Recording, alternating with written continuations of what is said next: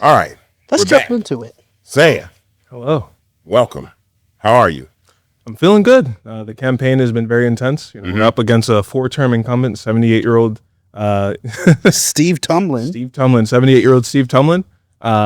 We most recently raised $50,000. We're knocked on 6,000 doors. So we're really trying to reach voters. We're really trying to be aggressive, and it's exciting to see the support, inside and obviously outside of Marietta since I'm here. Yeah.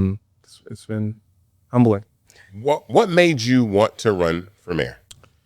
So, like we discussed, I have been involved for a good amount of time now. Around 2 years engaging with the local government, and it's insane how unresponsive they are to the needs and wants of residents. People are asking for basic things like sidewalks, bike lanes, but even when it comes to things that you think about often, housing affordability. Where did starter homes go? Why is rent skyrocketed over the past decade? And these are issues that the mayor and the council are not focused on in Marietta. And I've been focused on election for a while. And I said to myself, if I'm not seeing the results I want in government, and the people in government are not listening to me, and I'm going to have to replace the people in government and try to get the results that I want. I like that energy. I love the way you talk about the city when you kind of compare it to outdated software, right? Built for efficiency, not necessarily equity, right? You as an engineer, I have to ask you, what's the first bug you'd fix in the city?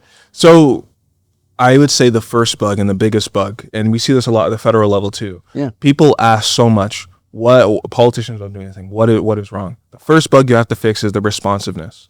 When you ask for something, you shouldn't immediately get it, but there should be some sort of process. You're like, oh, I see them working on that. We have things that we've had in plans going back 20 years that we are either still working on and failing to do, or we've completely dropped, and people still want it, and we're not able to get it. We don't have a grocery store downtown. We don't even have. They said they were going to build a train down Highway 41, canceled. Where are these things that they're talking about? It's taking them 22 years to expand a road to 4 lanes. Like, well, what's going on here? So responsiveness of government is the first thing that I would want to change, and the thing that is going to open up so many other doors for people to be more engaged. So what I'm hearing from that is you want to bring transparency into Marietta's government. Because when you think about any municipality, any place, what empowers that place to look like what people want it to look like? It's the transparency. What you are able to do with your elected officials, how you're supposed to communicate with them. And when you see what their priorities are, and those people are also from the community, you start getting the results that you want.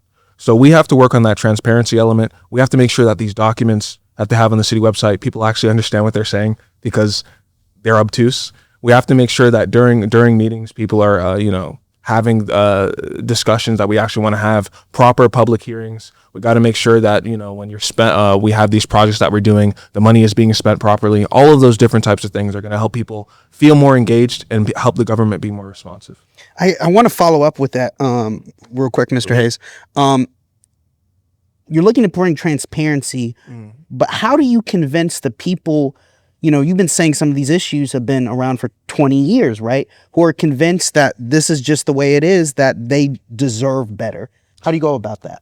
So to your point, mayor's been mayor for almost 16 years. Yeah. And one of the first questions we asked ourselves is, well, if he's been mayor for so long, is anybody unhappy with his tenure? And I'd argue yes. But the people who are unhappy with his tenure are not showing up to vote. A lot of the people who are suffering the most from a lot of the projects that we did a project on a road called Franklin Gateway, now known as, used to be known as Franklin Road. And we bought up we took out a $68 million bond to buy up 1.3 thousand affordable homes and drive low income residents out of that corridor. And we placed it with the Atlanta United training ground and a sports complex. And there's a 33-acre vacant lot that IKEA has been sitting on for around 8 years. When you look at things like that, there are so many different things that I can point to. He just came out with a quote the other day. They asked him, what do you think about affordability? He said, maybe not everybody can afford to live in Marietta. Some people should move to Rome where they need the labor more. And then he said, I don't want to sound like let them eat cake, so I'm scared to say this. This is almost a direct quote. I'm paraphrasing a little bit, but so when we talk about what has been going on for the past 20 years, it's the pipeline of what do the residents want, and what is the government doing? And when I'm a person in there, 24 years old, just graduated from college, still very attached to these issues, my approach, my creativeness to how I'm going to present new solutions is going to be very, very, very different. And we also have a bunch of city council candidates running who hopefully will usher in a new form of leadership that is going to help me execute those ideas even, quicker. Wow. I'm an OG. So I've been in Atlanta since I was 3 years old. I'm very familiar with Cobb County and Marietta, Georgia.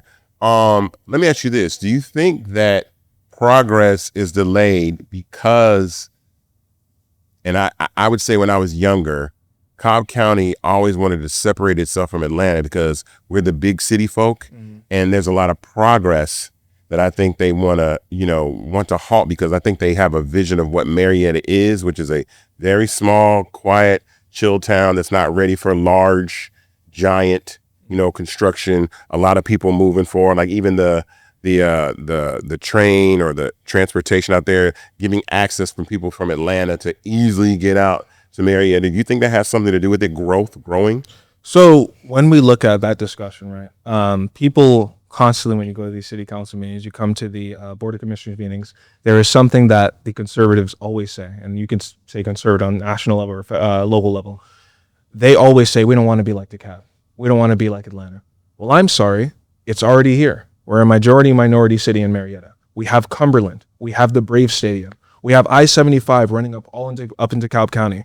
Those people that you're talking about from Atlanta, they have cars. They come to Marietta. They go wherever they want because they have cars.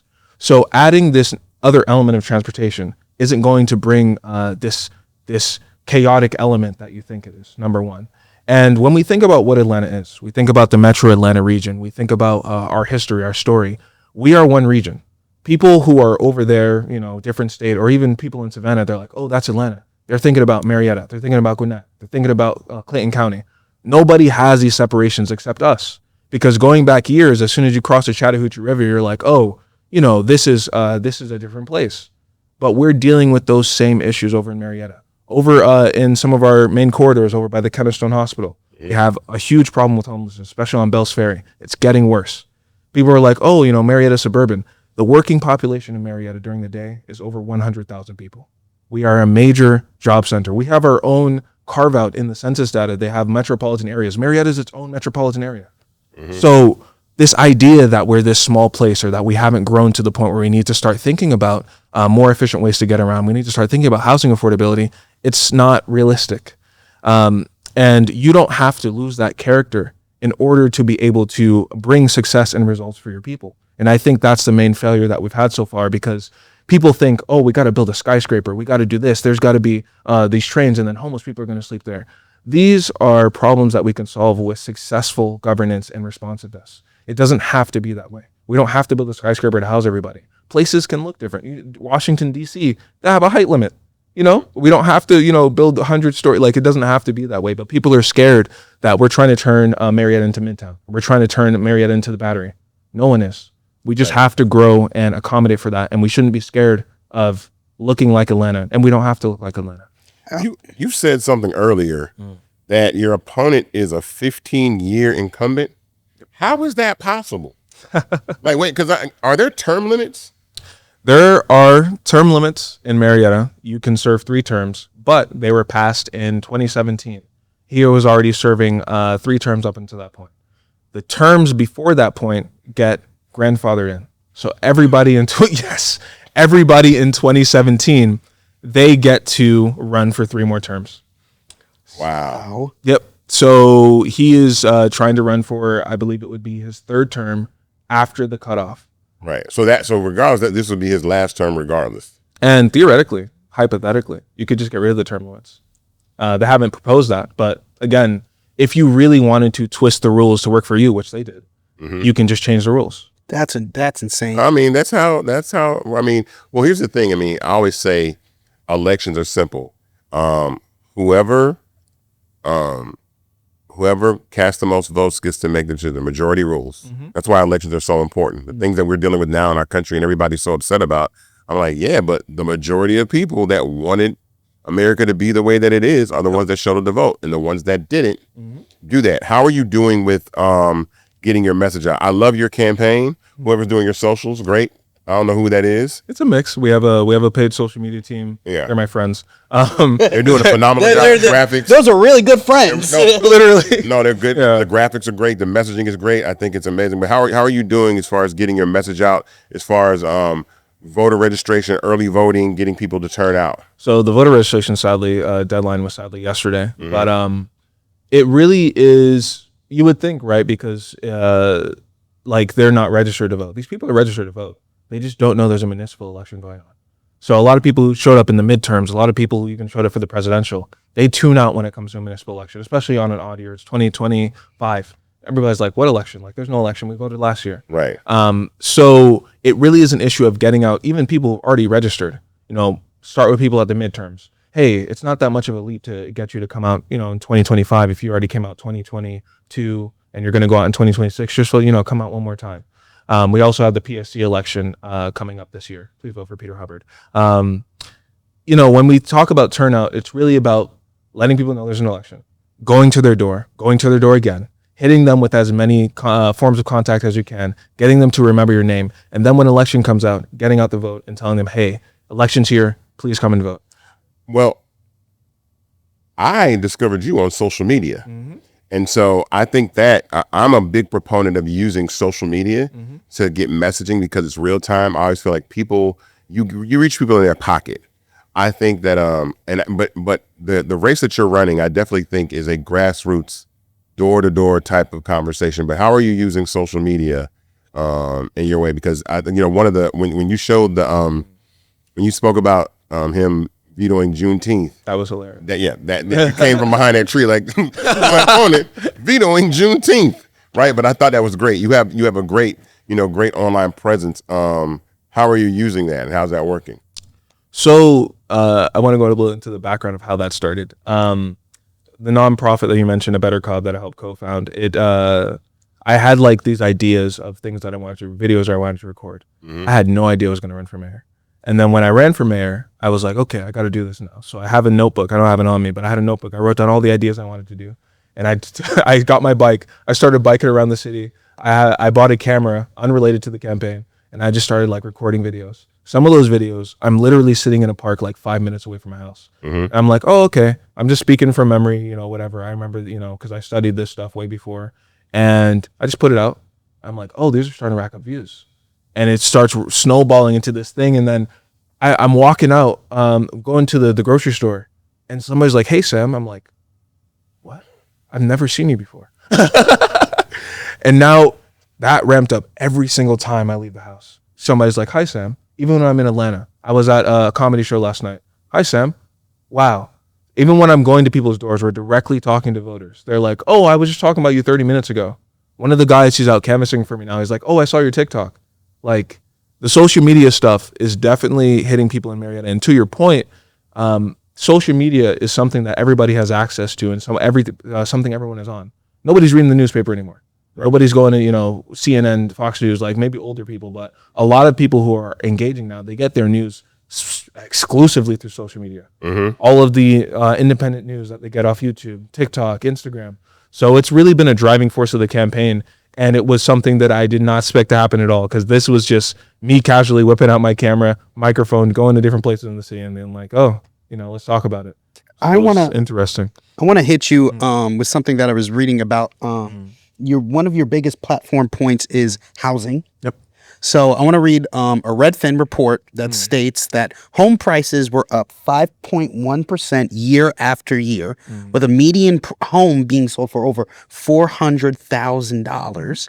And a city where the minimum income almost matches that, renters facing tighter markets.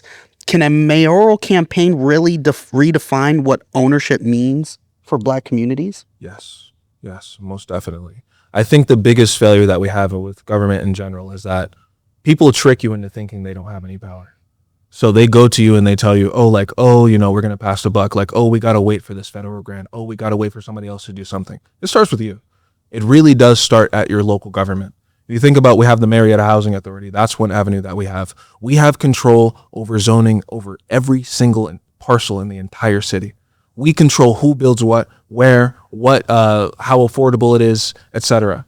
we can set up incentives for people to come in and build affordable housing. We have examples like that just in Atlanta. We can do infill development where we fill in certain giant parking lots and we're like, hey, maybe there's too much parking here. Let's redesign this. Build a parking deck, replace all the parking, put it somewhere else. And this idea that we have that because you're at the local level, oh, you can only do this if you're enabled to by a grant, or you have to find funding, or you have to take out a bond. It's like, no. We have examples in the city where we have zoned things or we have incentivized projects through sheer soft power. The mayor, there was a project that he vetoed that was going to replace this vacant farmers market. I believe it's called Harry's Farmers Market, and it was going to be mixed use development. And the owner from a property nearby came to the city council meeting, and he said, "Please approve this. This is going to help my business." And he sat there, and he's like, "Oh, I might decide if I'm going to take a couple of days to veto this." Next day, he vetoes it, and they come back like a month later. And it's all like, oh, yeah, we just wanted to get the amount of housing units in this down. And they wanted to decrease the amount of multifamily housing in the development. So when we talk about what the local government can do, they have so much control over what goes where, how it's built, how expensive it is. And we need to exert that power more and use it for good instead of trying to prevent certain people from living in certain places. Because when you create spaces where people want to be, you think of like the Beltline, they turn into vibrant spaces that not only are places where people create memories, but they also generate revenue for the city, which is a good thing. Mm-hmm. And the communities which those people live. Absolutely. Yeah. Well, I mean, for everybody watching, how can we support you? Because I'm supporting you. I don't live in Marietta, but I'm using my voice, my platform to let as many people know. I think you are a part of a growing trend of younger leadership in this country, and we need it. I'm not trying to be ageist, but your opponent's 78 years old. Come on, man, just you need to go relax. You know what I'm saying? Let the young guys take it over. You know what I'm saying? Have some fun. But how can we support you and help get the word out, especially in your community, especially in the city of Marietta, like getting people out to vote? What is election day, and when does early voting start? Early voting starts on October 14th. The election day is on November 4th. The biggest way to help me or our campaign is to be directly on the ground with us. That is the most labor-intensive thing you can do. If you want to come and help us knock on doors and reach people in Marietta, that would be fantastic. The most important thing that a grassroots campaign can do is directly go to voters and personally tell them about a campaign that is going to build a city that works for them. And if you can't do that, you can also phone bank, which is just calling voters and letting them know about the platform, telling them, we're fighting for them, and to consider your vote for us on November 4th or through early voting, which starts on October 14th. And if you can't do that, you can donate. The donation link is in my bio, sanformarietta.com on all platforms. You can also go to my website, sanformarietta.com. Ooh, did I say my tag wrong? I don't know. The tag is San for Marietta. There you go.